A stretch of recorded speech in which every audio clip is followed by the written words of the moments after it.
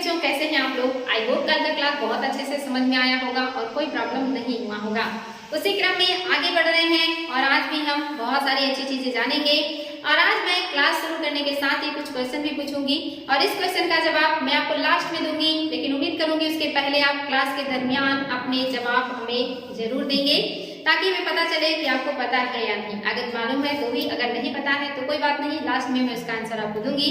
और क्वेश्चन क्या है देख लीजिए। पहला क्वेश्चन है, उष्णकटिबंधीय वन जो है काट देने पर तेजी से नहीं बढ़ते हैं, क्यों? क्या रीजन है कि उष्णकटिबंधीय जो वर्षा वन है अगर इनको काट दिया जाए तो तेजी से नहीं बढ़ते हैं? अपेक्षाकृत उष्णकटिबंधीय जो पर्णपाती वन है उनके, यानी कि उष्णकटिबंधीय पर्णपाती वन तेजी से बढ़ जाते हैं, लेकिन उष्णकटिबंधीय जो सदाबहार वन है ये तेजी से नहीं बढ़ते हैं। क्यों है ऐसा? इसका आंसर सोचें और बताएं। और दूसरा है, घास स्थल में वन पारिस्थितिकी का विकास नहीं हो पाता है, क्यों? यानी कि अगर कोई घास का लैंड है तो वहां पर वन का विकास क्यों नहीं होता, वो घास स्थल के रूप में ही हमेशा क्यों रहता है?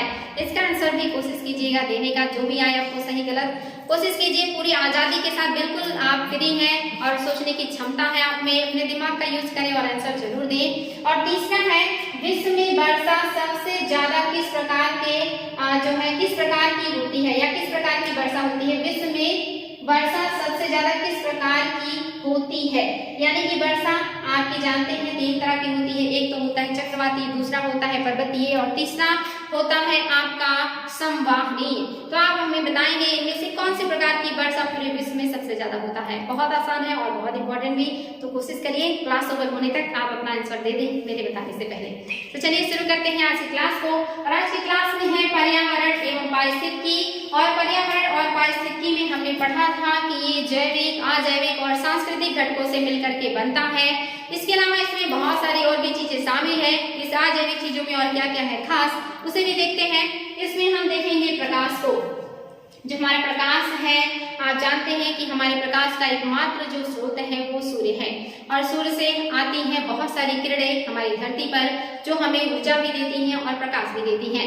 लेकिन इन किरणों में भी कुछ विविधताएं हैं, कुछ अंतर है, कुछ डिफरेंसेस है जो एग्जाम में बनते हैं। तो हमें वो देखेंगे कि क्या है किरणों के बारे में अलग अलग चीजें।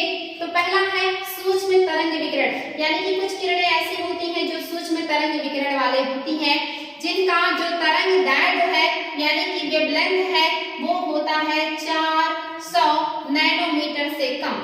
और इस तरह की किरणों में या विकिरण में आती हैं कास्मिक किरणें और दूसरा एक्स किरणें और तीसरा है परावैंगिक किरणें।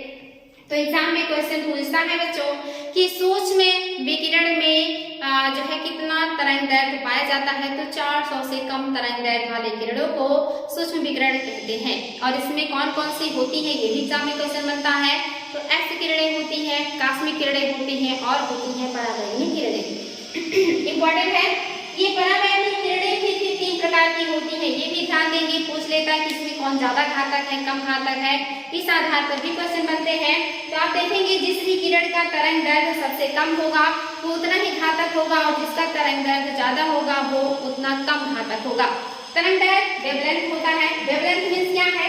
जैसे मान लीजिए कोई किरण है और वो आर की है, तो जो भी किरणें बिल्कुल पास पास जिगजैग करते हुए चलती हैं ये कम तरंग दैर्घ्य वाली होती है, यानी कि इनके जाने और वापस रिफ्लेक्ट होने के बीच की जो दूरी है वो बहुत कम होती है। ये बहुत पास पास ऐसे ऐसे चलती है जिगजैग करते हुए। ये जिगजैग क्यों करती है?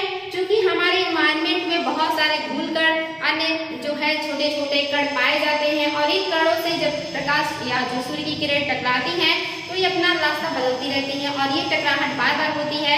इस वजह से इनके जो रास्ते हैं ये जिगजैग हो जाते हैं, या जो किरणें हैं ये जिगजैग करते हुए चलती हैं। और जो किरणें बहुत तेजी से या जो इनका जो वेवलेंथ है बहुत कम होता है, यानी कि तरंग दैर्घ्य कम होता है, ये किरणें ज्यादा घातक होती हैं। और जिसका वेवलेंथ जितना कम होगा उतना ही ज्यादा हानिकारक होगा, क्योंकि अगर ये किरणें शरीर से गुजरेंगी यानी कि ये बहुत ज्यादा मात्रा में गुजरेंगी और ये हमें नुकसान पहुंचाएंगी। जैसे आप देखते हैं जब हमें अपने अंदरूनी बॉडी के पार्ट को देखना होता है, जब हमारे शरीर में कोई विकार होता है और डॉक्टर्स को देखना होता है कि कौन से पार्ट में प्रॉब्लम है, तो हमारे एक्सरे बॉडी का किया जाता है या कहें कि अल्ट्रासाउंड किया जाता है। तो ऐसे में हमारे जो एक्स किरणें होती हैं वो हमारे बॉडी से गुजारी जाती हैं और ये हमारी बॉडी को पारदर्शी बना देती हैं। यानी कि हमें पता चल जाता है कि हमारी बॉडी में कौन सी जगह पे क्या प्रॉब्लम है। तो ये जो किरणें हैं ये आपको बहुत नुकसान पहुंचाते हैं, इसलिए बार बार एक्सरे और अल्ट्रासाउंड कराने से बचना चाहिए। अगर अति आवश्यक ना हो तो इन सारी चीजों का उपयोग ना करें, क्योंकि इनकी जो आप देख रहे हैं तरंग दैर्घ्य ये बहुत कम है और ये बॉडी को बहुत ज्यादा कहिए कि भेदती हैं और उसे पूरी तरह पारदर्शी कर देती हैं। अगर ऐसी किरणें धरती पर आए और बार बार आप उसके संपर्क में आए तो सोचिए आपकी बॉडी पर कितना नेगेटिव इम्पैक्ट आएगा। तो ये जो है लंबी जो है शॉर्ट वेवलेंथ वाली है या जिनका तरंग दैर्घ्य कम है वो किरणें हैं, और जिनका तरंग दैर्घ्य ज्यादा होता है वो ज्यादा नहीं मुड़ती हैं या एक दो उड़ान के बाद ही वो बहुत तेजी से निकल जाती हैं, उनका वेवलेंथ ज्यादा होता है और ऐसी किरणें हमारे लिए उतना नुकसानदेह नहीं होती या नहीं नुकसानदेह होती हैं। तो वेवलेंथ के कम आधार पर भी जो है बनाई गई है पराबैंगनी किरणें, जिसमें 3 तरह की हैं। सबसे कम वेवलेंथ आप देख रहे हैं कि अल्ट्रावायलेट सी का है, 100 से 280 नैनोमीटर वेवलेंथ है इसका, यानी कि सबसे ज्यादा घातक है पराबैंगनी किरणों में सी। और जो आपका अल्ट्रावायलेट बी है ये 280 से 320 नैनोमीटर इसका वेवलेंथ है, यानी कि दूसरे नंबर का अत्यधिक खतरनाक ये आपकी किरणें हैं। तीसरा है अल्ट्रावायलेट ए, जिसका वेवलेंथ आप देख रहे हैं 320 से 400 है, ये भी खतरनाक है, लेकिन सबसे ज्यादा है सी, फिर है बी और ए जो है अपेक्षाकृत इनसे कम खतरनाक है। और ऐसा भी जो है पढ़ने को मिलता है कि जो हमारे शरीर में विटामिन डी बनता है उसको बनने में जो आपकी अल्ट्रावायलेट ए किरणें हैं ये मददगार साबित होती है और ये कुछ हद तक हमारे धरती पर आ जाती हैं। बाकी किरणों को जो ओजोन परत है वो एब्जॉर्ब कर लेता है। आप सोच सकते हैं ओजोन परत हमारे लिए कितना ज्यादा जरूरी है, जिसका क्षरण इतना तेजी से हो रहा है हमारी गलती की वजह से। इन सारी किरणों को ज्यादातर ओजोन परत सोख लेता है, लेकिन चूंकि धीरे धीरे ओजोन परत जो है वो कमजोर हो रहा है तो कहीं ना कहीं धीरे धीरे पराबैंगनी किरणों की धरती पर आने की जो मात्रा है वो बढ़ रही है, और अगर ये जो लेयर है ये समाप्त हो गया तो बहुत मुश्किल हो जाएगा, क्योंकि पराबैंगनी किरणें आएंगी और ये शरीर में जब प्रवेश करेंगी तो ये चर्म रोग और चर्म कैंसर ऐसी बहुत सारी बीमारियां उत्पन्न करेंगी और ये जो जीवन है धरती का ये मुश्किल होने लगेगा। तो ये जो ओजोन है इसका संरक्षण करना बहुत जरूरी है। इनकी वेवलेंथ के आधार पर ये जाने कि कौन ज्यादा खतरनाक है और कौन कम खतरनाक है, ये भी क्वेश्चन बनता है एग्जाम में। और ये तो बनता ही बनता है कि जो सूक्ष्म तरंग विकिरण है इसका तरंग दैर्घ्य कितना होता है, 400 नैनोमीटर से कम। कौन कौन सी किरणें आती हैं, एक्स, कॉस्मिक और पराबैंगनी, इंपॉर्टेंट है बच्चों। इसके बाद जो आपकी किरणें हैं ये है दृश्य स्पेक्ट्रम, यानी कि ऐसी किरणें जो हमें दिखाई देती हो, जिसमें आप देखेंगे तरंग दैर्घ्य जिनका 400 से 700 नैनोमीटर के बीच होता है या 400 से 700 नैनोमीटर तक होता है, ऐसी किरणों को कहते हैं दृश्य स्पेक्ट्रम। और इन किरणों को क्या कहते हैं, इसके अलावा ये प्रकाश संश्लेषी सक्रिय विकिरण भी कहलाते हैं, यानी कि फोटोसिंथेसिस एक्टिव रेडिएशन भी कहलाते हैं, जो आपके दृश्य स्पेक्ट्रम है ये इंपॉर्टेंट है।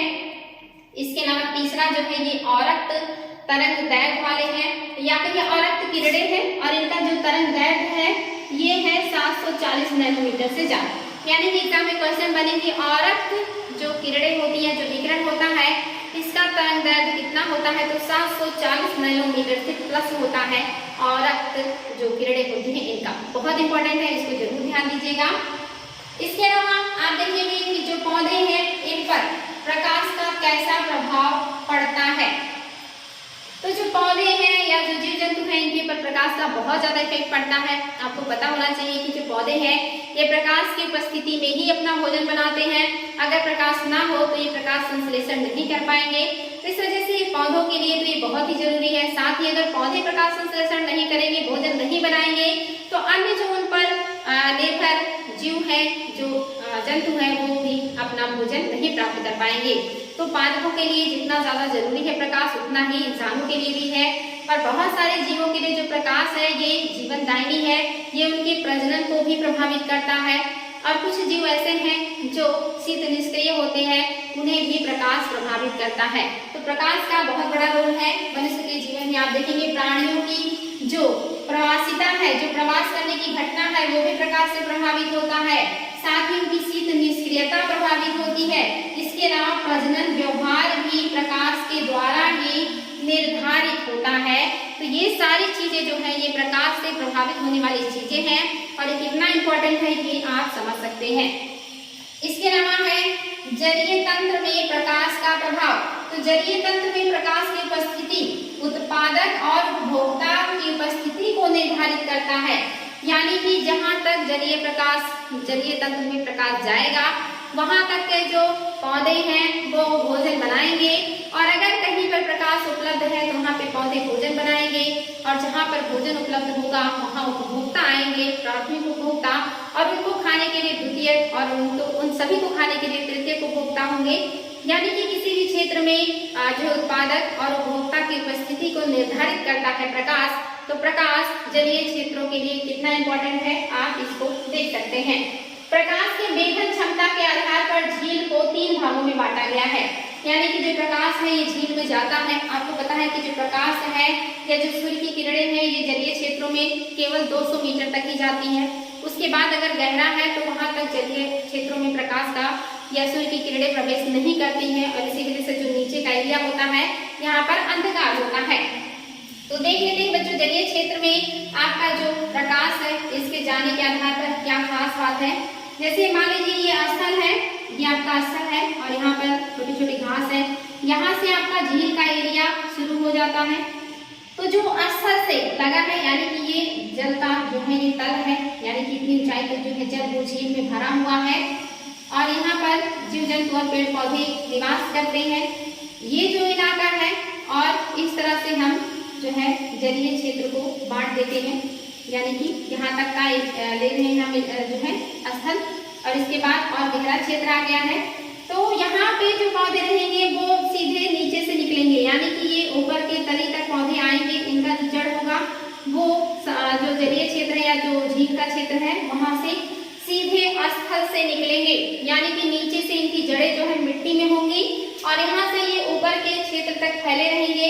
प्रकाश यहाँ सूर्य नीचे तक आएगा, यानी कि नीचे के क्षेत्र तक प्रकाश पहुंचेगा और सभी को प्रकाश मिलेगा, और यहाँ पर जो है पौधों और जीव जंतु की संख्या पर्याप्त मिलेगी।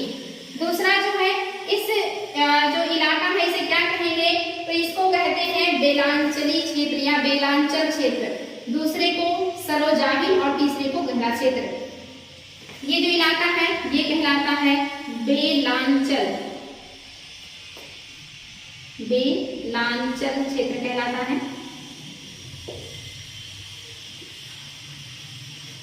बेलांचल क्षेत्र है ये, यहाँ पर पौधे जो है जमीन से निकलेंगे और ऊपर के तली तक आएंगे।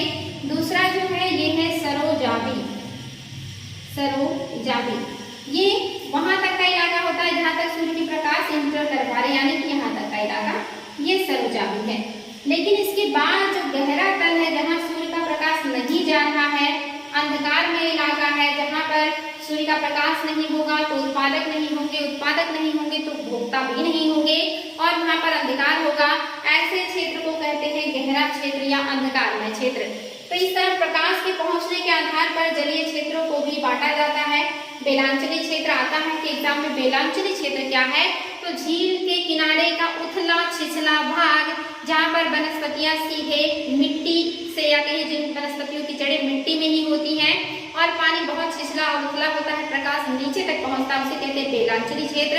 और वहां से जब हम और अंदर झील में जाते हैं, थोड़े खुले झील में या खुले तंत्र में, वहां पर प्रकाश जहां तक प्रवेश करता है वहां तक भोजन यानी कि उत्पादक और उपभोक्ता मौजूद होते हैं, और यहाँ पे बड़े पैमाने पे जैव विविधता पाई जाती है। जो गहरा झील होगा जहाँ पे प्रकाश की उपलब्धता नहीं होती है, यहाँ पर उत्पादक और उपभोक्ता भी नहीं होते, बहुत कम ही जीव जंतु या पौधे यहाँ पाए जाते हैं जिनको कहा जाता है बेंथम जीव, जो बहुत गहरे जो है तली में पाए जाते हैं, और इनको जो ऊपर होते हैं ये प्लैंकटन कहलाते हैं, और उनके नीचे बीच वाले प्लैंकटन कहलाते हैं। ये सारी चीजें भी आप लोगों को ज्योग्राफी में बहुत अच्छे से पढ़ने को मिलेगा जब वहाँ पे आप लोगों को सागरीय पारितंत्र पढ़ाया जाएगा। तो ये है आप लोगों का झील का प्रकाश के पहुंच के आधार पर या प्रकाश की उपलब्धता के आधार पर 3 तरह से बांटा गया है इसे, कि क्या है इनमें खास बातें हैं। इसके अलावा कुछ और भी चीजें हैं, जैसे आप देखेंगे कि जो तापमान है, पहला आपने पढ़ा प्रकाश के प्रकार, यानी कि जो प्रकाश की किरणें हैं ये कितने प्रकार की होती हैं, क्या इनकी जरूरतें हैं, क्या विशेषताएं हैं, क्या खास है। दूसरा है आपका तापमान। मैंने आपको कल भी बताया था कि जो हमारा जलवायु है, जो हमारी चीजें हैं, उसे प्रभावित करता है तापमान। तो जो तापमान है ये क्या करेगा, बहुत ज्यादा चीजें डिसाइड करता है। जैसे आप देखेंगे अगर हिमाच्छादित क्षेत्र को ले ले तो यहाँ पे टेम्परेचर क्या है, तो आपको पता है कि हिमाच्छादित जो क्षेत्र होते हैं ये सबसे ज्यादा एल्बिडो वाले क्षेत्र होते हैं। खास करके जो ताजे बर्फ होते हैं सबसे ज्यादा इनका एल्बिडो होता है। मैंने कल बताया था कि जो जितना ज्यादा सूर्य के प्रकाश को रिफ्लेक्ट करे उसको उसका एल्बिडो कहते हैं। और सबसे ज्यादा जो एल्बिडो है ये जो है आपके बर्फ का होता है। और अगर इसे और भी कॉमन सेंस से समझना चाहे तो आप देखेंगे गर्मियों के मौसम में हम सफेद कपड़े पहनते हैं, क्योंकि ये काफी हल्के और चमकीले कलर का होता है। व्हाइट कलर काफी शाइन करता है, जिसकी वजह से जो प्रकाश है वो रिफ्लेक्ट हो जाता है और हमें उतना गर्मी नहीं महसूस होता। लेकिन ठंडक के दिनों में हम गाढ़े कलर के कपड़े पहनते हैं, खास करके ब्लैक। क्योंकि ब्लैक में शाइनिंग नहीं होता तो ये सूर्य की किरणों को ज्यादा से ज्यादा अब्जॉर्ब करता है, इसका एल्बिडो कम होता है तो हमें गर्मी ज्यादा मिलती है। जैसे इन दिनों आप देखेंगे एल्बिडो की वजह से ही, या कहिए कि सूर्य के प्रकाश का अवशोषण ज्यादा होने की वजह से ग्लोबल वार्मिंग हो रहा है। तो अभी अमेरिका जैसे शहरों में जो सड़क का कलर ग्रे और ब्लैक हुआ करता था उसे पिंक कर दिया गया ताकि प्रकाश का रिफ्लेक्शन ज्यादा हो। हमारे यहाँ सड़कों के किनारे पेड़ पौधे बहुत ज्यादा लगाए जा रहे हैं ताकि वहां से भी प्रकाश का जो है रिफ्लेक्शन हो और साथ ही ऑक्सीजन की आपूर्ति हो। तो जो भी सतह जितनी ज्यादा खुरदरी और डार्क कलर की होगी, कम चमकीली होगी, वो उतना ही ज्यादा प्रकाश को अब्जॉर्ब करेगा, यानी कि गर्मी को अब्जॉर्ब करेगा, उसका एल्बिडो उतना ही ज्यादा होगा। लेकिन हिमाच्छादित क्षेत्र बहुत शीतल होते हैं, या चिकने होते हैं, चमकीले होते हैं, तो ये ज्यादा से ज्यादा सूर्य के प्रकाश को, उसकी गर्मी को रिफ्लेक्ट कर देते हैं, जिसकी वजह से वहाँ का जो एनवायरमेंट है वो ठंडा ही बना रहता है। जम्मू कश्मीर के क्षेत्र में इतना ठंडा क्यों है, बर्फ है इसलिए तो है ही। इसके अलावा एक रीजन और भी है कि यहाँ के ज्यादातर जो प्रकाश आता है, सूर्य की जो गर्मी आती है उसे वहाँ के जो बर्फ है वो वापस रिफ्लेक्ट कर देते हैं और वहाँ के लैंड को गर्म ही नहीं होने देते, वहाँ के एनवायरमेंट को वो गर्म ही नहीं होने देते हैं। इस वजह से भी ठंडी वहाँ पर मेंटेन रहती है। तो एक तो वो ठंडे क्षेत्र है ही, दूसरा बर्फ की वजह से वहाँ का जो प्रकाश है वो रिफ्लेक्ट हो जाता है, जिसकी वजह से वहाँ पर ठंडी बहुत ज्यादा बरकरार रहती है। जैसे आप देखेंगे हमारे स्थल भागों में जब ठंडी पड़ती है ठंडक के मौसम में, तो कितना भी ठंडी हो, अगर सूर्य की प्रकाश आ जाती है धरती पर तो जो धरती है उसकी एल्बिडो या वहाँ के जैसा भी एक तरीके से कहेंगे स्थल होगा, उस आधार पे वहाँ गर्मी का अवशोषण होगा और बहुत तेजी से वहाँ पे गर्म हो जाता है। लेकिन अगर हमारे यहाँ भी बर्फ होता तो सूर्य के प्रकाश को बहुत तेजी से रिफ्लेक्ट कर देता और सूर्य के निकलने के बावजूद भी हमारे यहाँ ठंडी बरकरार रहती।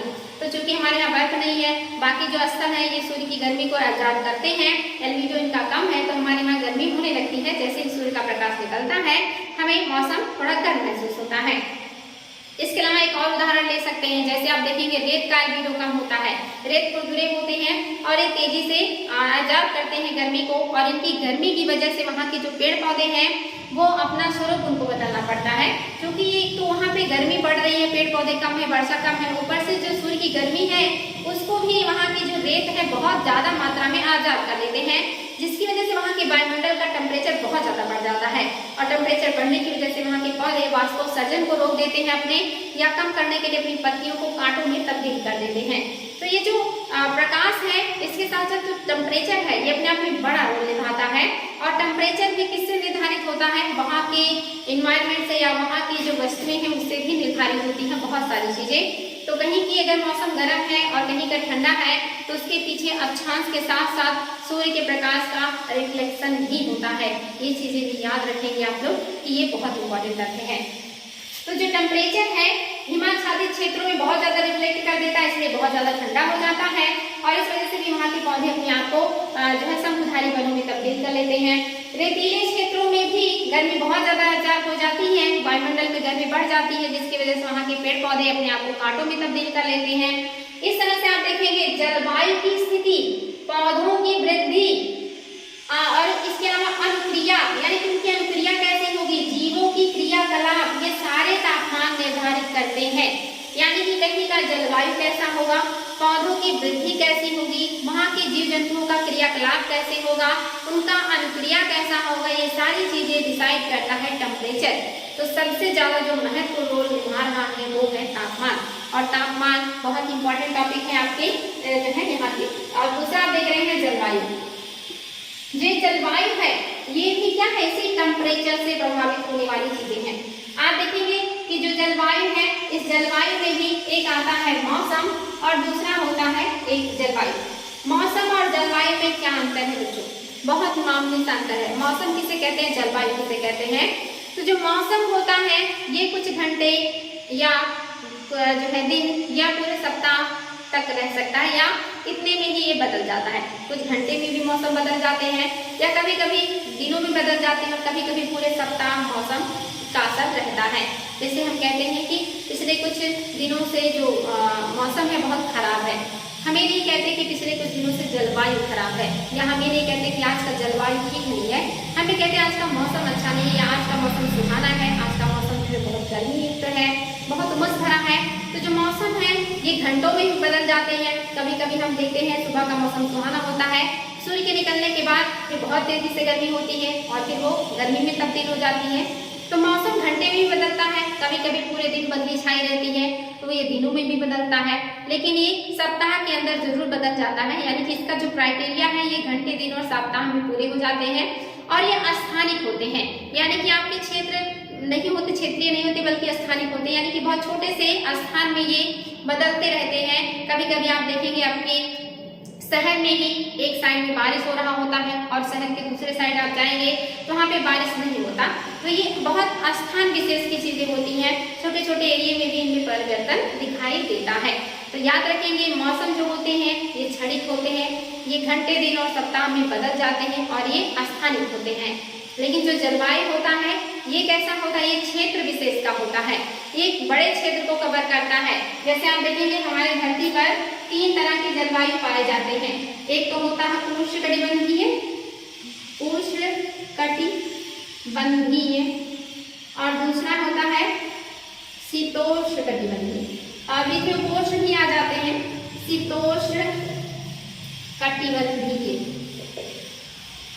और इसके अलावा है आपका शीत कटिबंध। ये इंपॉर्टेंट है बच्चों। इस तरह से जो आपके हैं ये 3 कटिबंध होते हैं और इन्हीं के आधार पर जलवायु का निर्धारण भी होता है। यहाँ का जो जलवायु है ये उष्ण और आर्द्र होगा, यहाँ का जो जलवायु है समशीतोष्ण होगा, या ना बहुत ठंडी होगी ना बहुत गर्मी होगा। यहाँ का जो जलवायु है ये जो है शीत, यानी कि हमेशा ठंडा रहेगा, इसको कटिबंध भी कहते हैं। हमारे यहाँ जलवायु को हम किस तरह से देखते हैं, तो हमारे यहाँ चूंकि हमारा जो एरिया है ये मानसूनी जलवायु का है, तो हमारे यहाँ एक साल में ही हमें 3 तरह की जलवायु देखने को मिलती है। एक तो ठंडक का मौसम आता है, तो हम उसे भी देखते हैं कि हमारे यहाँ फिर जो है बारिश का आता है और उसके अलावा गर्मी का आता है।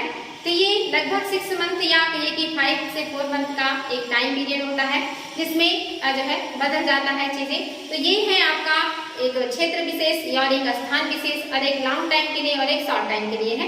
तो जलवायु और जो है आपका मौसम में अंतर होता है। दूसरा है आपका आवास और निकेत, यानी कि आपका आवास किसे कहते हैं और निकेत किसे कहते हैं। ये एग्जाम में आजकल बहुत ज्यादा क्वेश्चन बनने लगा है, आवास और निकेत। आवास का मतलब होता है कि ऐसी जगह जहाँ पे जीव निवास करते हैं, लेकिन वहाँ पर भिन्न भिन्न प्रजातियों के जीवों की पादपों की उपस्थिति होगी। ऐसा नहीं होगा कि कोई एक ही प्रजाति का जीव होगा, वहाँ अलग अलग प्रजातियों के जीव निवास करते हैं, उसे आवास कहते हैं। लेकिन निकेत किसे कहेंगे, तो जो निकेत होता है वो किसी एक प्रजाति का या कहीं किसी जीव का कार्यात्मक इकाई होता है। जैसे सिंपल से भाषा में कहे तो आपके घर को आवास कहते हैं, और आपके घर में अगर ज्वाइंट फैमिली है तो बहुत सारे लोग रहते हैं और सभी लोग अलग अलग तरह के होते हैं, अलग अलग पीढ़ियों के होते हैं और सभी लोग साथ में रहते हैं। लेकिन अगर निकेत की बात करें तो आपके उस बड़े से घर में, बड़े से परिवार में आपका कोई कमरा होगा जहाँ पे आप सोते होंगे, किचन होगा जहाँ पे आप खाते होंगे। ऐसे आपका एक क्राइटेरिया होगा, आप सभी कमरों में ना सोने जाते होंगे, ना ही हर जगह बैठ करके खाना खाते होंगे। तो जो आपका कार्यात्मक इकाई है, खाने का, सोने का, नहाने का, स्टडी करने का, उस क्षेत्र में ही आप रहते होंगे और वहां पर आप अकेले रहना ज्यादा पसंद करते होंगे। यानी कि किसी और का डिस्टर्बेंस उतना ज्यादा आपको समझ में नहीं आएगा या अच्छा नहीं लगेगा। ऐसी आपका आवास है। आवास में विभिन्न प्रकार की प्रजातियां निवास करती हैं, लेकिन निकेत में केवल एक ही प्रजाति होता है, उसमें कोई दूसरा प्रजाति नहीं रह सकता है। और जो निकेत होता है ये कार्यात्मक इकाई होता है। जैसे जो शेर है वो किसी गुफा में रहता होगा, पानी पीने किसी झील में जाता होगा, शिकार करने कुछ पर्टिकुलर इलाके में जाता होगा, तो उसका वो जो कार्यात्मक इकाई है सोने, पानी पीने और खाने का या शिकार करने का, इसे कहते हैं निकेत। और जो निवास है वो पूरा जो वन क्षेत्र है वही निवास है, और उस वन में बहुत सारे जीव रहते हैं जिनका वो निवास स्थल है, लेकिन कार्यात्मक इकाई को निकेत कहते हैं। वही सारी चीजें यहाँ है। आवास उस स्थान को इंगित करता है जहाँ संपूर्ण जैव समुदाय निवास करता है, जैसे कि वन आवास। वन में आप देखेंगे शेर भी होगा, हिरण भी होगा, खरगोश भी होगा, कीड़े भी होंगे, दूसरे जीव भी होंगे, शाकाहारी, मांसाहारी, सर्वाहारी सभी पाए जाएंगे। एक आवास में कई निकेत हो सकते हैं, यानी कि आपके बड़े से मकान में बहुत सारे निकेत हो सकते हैं, बहुत सारे लोगों की कार्यात्मक इकाई हो सकती है। ऐसे एक वन आवास में बहुत सारे निकेत होंगे, वहां पर शेर का कार्यात्मक इकाई अलग होगा, हिरण का कार्यात्मक इकाई अलग होगा, दूसरे जो जानवर होंगे उनका अलग होगा। तो वही एग्जाम में क्वेश्चन बनता है कि एक आवास में एक ही निकेत होगा या कई निकेत होंगे, तो एक आवास में कई निकेत हो सकते हैं। निकेत के द्वारा हमें किसी प्रजाति के पारिस्थितिकी तंत्र में उसके स्थान का पता चलता है कि शेर इस वक्त कहाँ आराम करना होगा या वो कौन सी जगह पर पानी पीने जाता है। इससे पता चलता है कि उसका एक स्थान विशेष कहाँ है उस पारिस्थितिकी तंत्र में। एक प्रजाति को जीवित रहने के लिए जिन जैविक, भौतिक, रासायनिक कारकों की जरूरत होती है उन्हें सम्मिलित करते हैं या उन्हें सम्मिलित रूप से निकेत कहते हैं।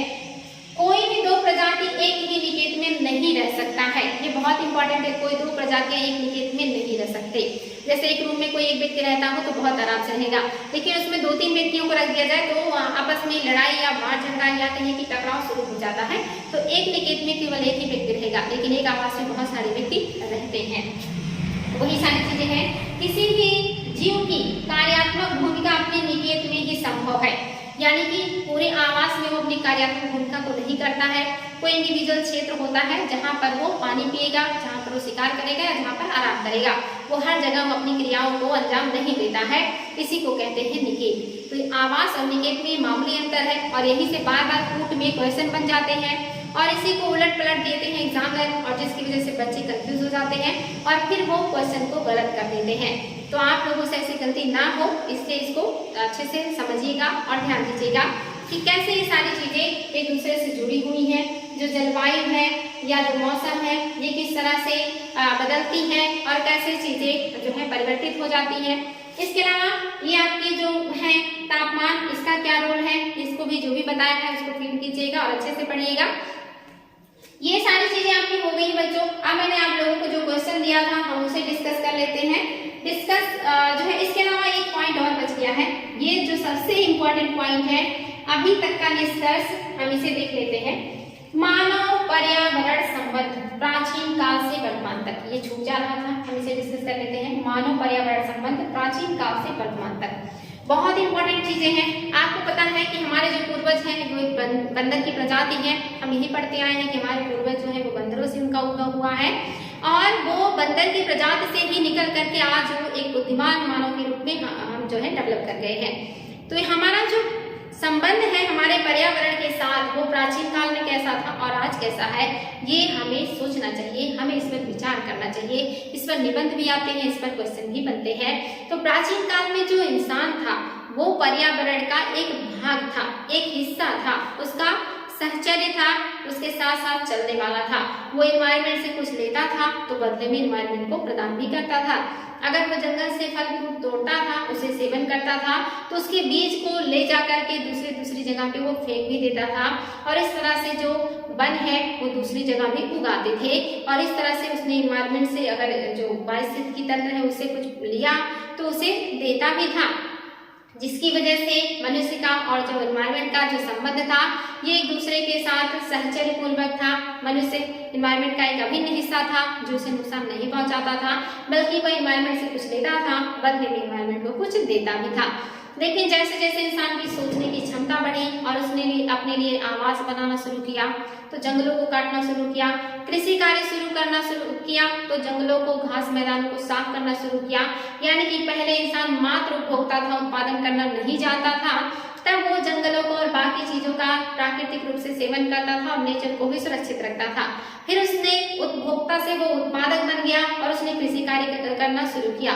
उसके बाद उसने जंगलों को और मैदानों को साफ करना शुरू किया कृषि के लिए, आवास के लिए, और इस तरह से जो पारिस्थितिकी तंत्र है उसे इंसान डिस्टर्ब करना शुरू किया। लेकिन तब भी ये इतना ज्यादा डिस्टर्बेंस नहीं था, नेचर उसे जो है झेलने की क्षमता रखती थी और उसे झेल लेती थी। लेकिन जैसे जैसे वक्त गुजरा, इंसान की जो सोचने की क्षमता है, जो जरूरतें हैं वो बढ़ती गई। इंसान जो है अपनी सोच से बहुत आगे निकलता गया और स्वार्थी होता चला गया। टाइम आ गया हमारे यहाँ नगरीकरण का और प्रौद्योगिकीकरण का, और धीरे धीरे वनों और जंगलों का और भी तेजी से विनाश हुआ, नगरों का जो है विकास हुआ, औद्योगिकरण हुआ, वनों और बाकी चीजों का जो प्राकृतिक चीजें उसे और भी इंसानों ने नष्ट किया और वहां पर उद्योग धंधे लगाने शुरू कर दिए। और इस तरह से जो इंसान है, जो पर्यावरण का एक हिस्सा था, एक भाग था, एक सहचर था, वो धीरे धीरे करके इन सारे प्राकृतिक चीजों का स्वामी बन बैठा।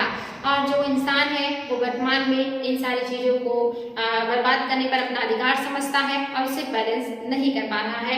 दूसरी तरफ जो नेचर है इसमें सहनशीलता बहुत ज्यादा है, ये थोड़ी बहुत जो डिस्टर्बेंस होती है उसे बर्दाश्त करने की क्षमता रखती है। और जब तक संभव था नेचर ने अनुकूलन करना जो है उसको जारी रखा। लेकिन आज इंसानों की जो गतिविधियां हैं वो इतना ज्यादा बढ़ गई कि अब जो नेचर है उसे अनुकूलित नहीं कर पा रहा है और इसी वजह से जो जलवायु है, जो सारी चीजें हैं उसमें डिसबैलेंस उत्पन्न हो रहे हैं। तो जो मनुष्य है वो किस तरह उपभोक्ता से उत्पादक और उत्पादक से आज मालिक बन बैठा है, ये जो क्रिया है ये कहने में छोटा है लेकिन एक बहुत लंबा समय है जिसमें इंसान ने पर्यावरण को बहुत ज्यादा प्रभावित किया है।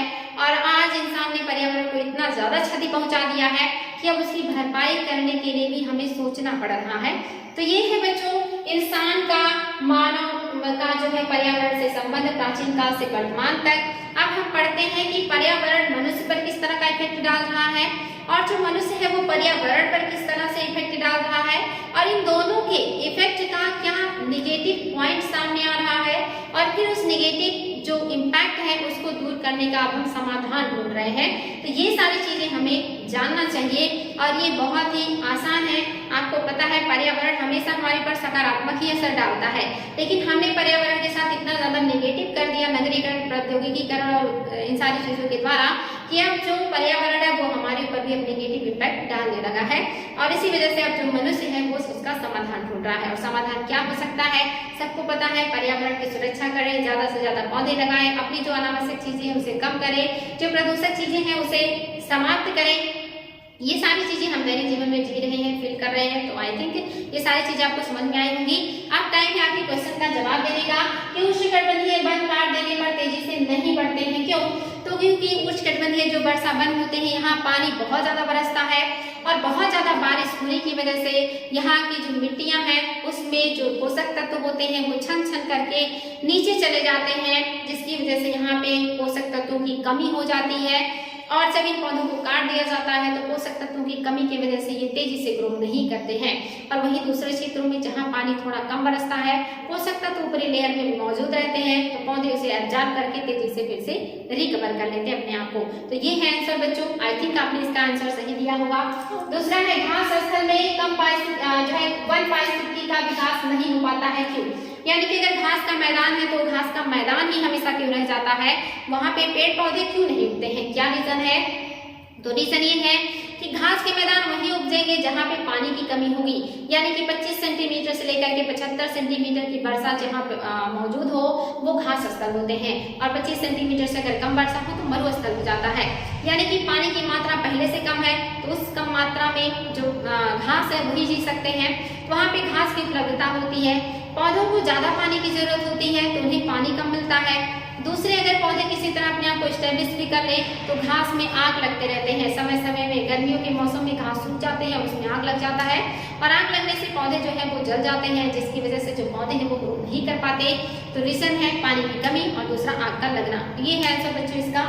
तीसरा है विश्व में वर्षा सबसे ज्यादा किस प्रकार की होती है? तो मैंने बताया था 3 तरह का होता है, चक्रवातीय होता है, संवहनीय होता है और आपका पर्वतीय वर्षा होता है। चक्रवातीय पता है आपको, जब जलीय क्षेत्रों में निम्न वायुदाब बनता है तो उसे घेरने के लिए हवाएं आती हैं और जो पानी है वो राउंड राउंड घूमने लगता है और उसी वेग में जब आगे बढ़ता है तो चक्रवात कहलाता है और जब ये स्थल से टकराता है तो समाप्त हो जाता है। दूसरा आपका है संवहनीय वर्षा, यानी कि जब पानी गर्म होता है ऊपर उठता है और वायुमंडल में ऊपर जाने के बाद जब वो ठंडा होता है, ठंडा होकर नीचे बरसता है, तो इसे संवहनीय वर्षा कहते हैं। और यही क्यों होता है, क्यों ठंडा होता है, तो ये भी जाने कि जो वायुमंडल है इसमें जब हम 165 जो है मीटर ऊपर जाते हैं तो टेम्परेचर 1 डिग्री सेल्सियस कम हो जाता है, और वहीं जब हम धरती के अंदर जाते हैं तो 32 मीटर पर 1 डिग्री सेल्सियस आपका प्लस हो जाता है, यानी कि बढ़ जाता है। ये भी एग्जाम में क्वेश्चन बनता है कि धरती पे कितने अंदर जाने पर 1 डिग्री सेल्सियस बढ़ता है और ऊपर जाने पर कितने डिग्री सेल्सियस कितने मीटर पर घटता है, तो ये याद रखेंगे। अगर 1000 मीटर ऊपर चले जाते हैं तो आपका लगभग जो है 6.5 डिग्री सेल्सियस या 6.5 डिग्री सेल्सियस टेम्परेचर माइनस हो जाता है। तो इस वजह से जो संवहनीय जलवाष्प ऊपर जाते हैं, ये ठंडा होने के बाद वापस बरस जाते हैं, और ऐसी वर्षा भूमध्य रेखा के आसपास पाया जाता है, इसे कहते हैं संवहनीय वर्षा।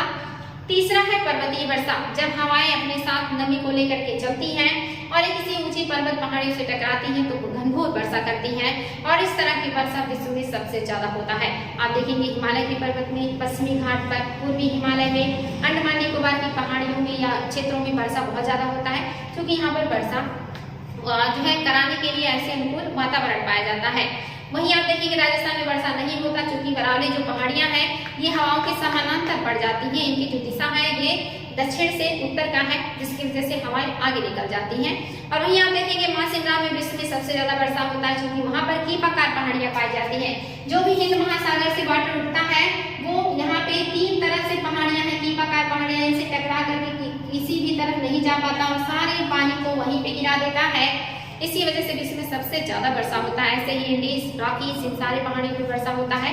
तो विश्व में सबसे ज्यादा जो वर्षा है ये पर्वतीय वर्षा होता है, ये याद रखिए, एग्जाम में बहुत ज्यादा क्वेश्चन बनता है। तो आई थिंक आप लोगों को अच्छा लगा होगा, समझ में आया होगा। नेक्स्ट डे फिर नए क्लास में मिलते हैं। Thank you.